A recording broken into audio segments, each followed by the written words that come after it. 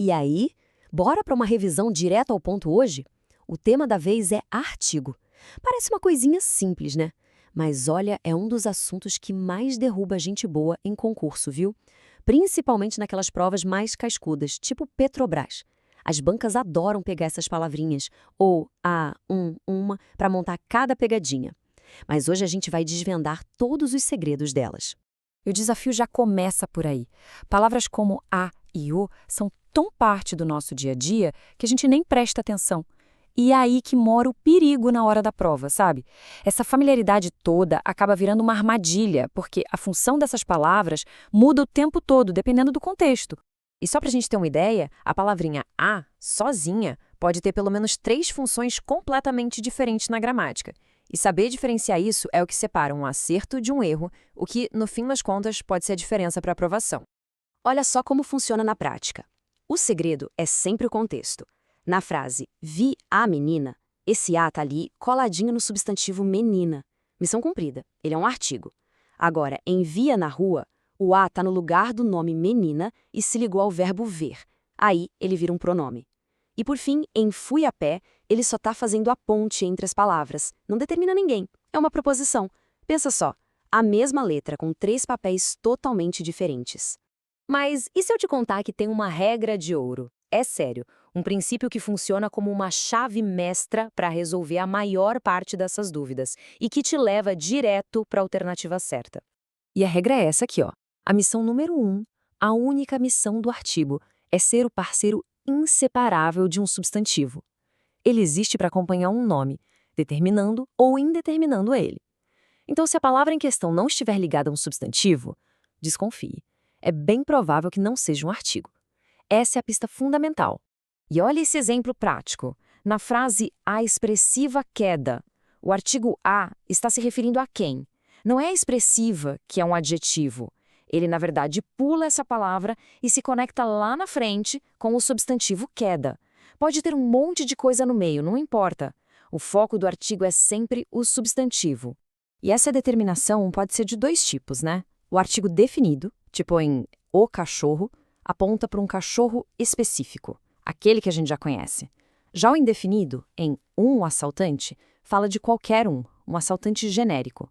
A escolha entre um e outro muda todo o sentido da frase. Beleza, com a regra de ouro na cabeça, vamos para o campo de batalha de verdade.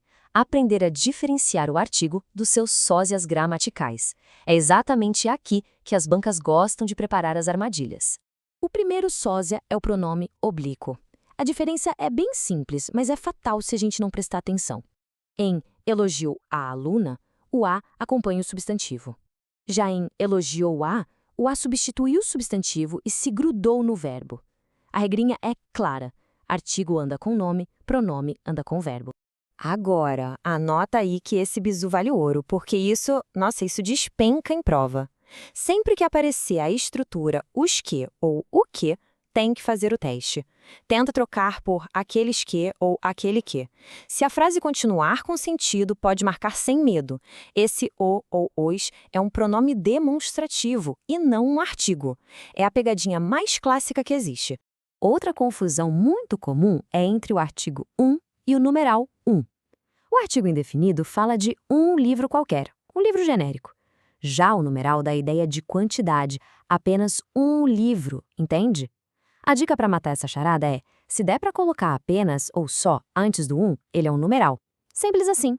Ok, agora vamos subir um degrau e falar de um negócio mais avançado, as contrações. Do, na, pelo. Elas parecem super inofensivas, mas as bancas adoram criar questões sobre os casos em que é proibido usar essas contrações. Foco total aqui, gente. São 2 casos principais. Primeiro, não se pode contrair preposição com o artigo se esse artigo faz parte do sujeito de um verbo no infinitivo. Na frase, está na hora de o almoço ficar pronto. Quem vai ficar pronto? O almoço. Ele é o sujeito. Por isso, não dá para juntar e virar do. Pode até soar meio formal demais, mas é a norma culta. É o que a prova exige. E segundo, artigo que faz parte de título de obra, como em Os Lusíadas, é intocável. O nome da obra tem que ser preservado, então certo é, lia um trecho de Os Lusíadas. Bom, chega de teoria, né? Vamos ver como é que isso tudo funciona na vida real, numa questão de concurso de verdade. É hora de colocar o conhecimento para jogo. A questão da VUNESP pede o seguinte: identificar qual expressão começa com o artigo definido. Dá uma olhada nas alternativas, analisa com calma e tenta usar as regras que a gente acabou de conversar. E aí? A resposta certa é a letra A. E o motivo? A nossa regra de ouro. Em A expressiva queda, o A está ali determinando o substantivo queda. É a função clássica, perfeita, de um artigo. Já as letras B e C, a gente elimina de cara. Uma começa com a preposição com, a outra com em. Não tem nem o que pensar. Não são artigos.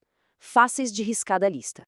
E aqui está a grande armadilha da questão. Alternativa D. Entre os que se declaram, parece muito um artigo, né? Mas é a hora de usar o nosso bizu. Vamos trocar por aqueles que. Entre aqueles que se declaram, a frase continua perfeita. Isso significa que esse os é, na verdade, um pronome demonstrativo. Pegadinha desarmada com sucesso. Para a gente fechar, aqui vai um checklist para levar para o dia da prova. Primeiro, a palavra está ligada a um substantivo, grande chance de ser artigo. Segundo, está ligada a um verbo, opa, acende o alerta, pode ser pronome. E terceiro, dá para trocar o que ou os que por aquele que? Se der, é pronome demonstrativo. Com essas 3 perguntas, as pegadinhas das bancas perdem a força. O domínio do artigo está nos detalhes, e agora quem domina esses detalhes é quem está se preparando.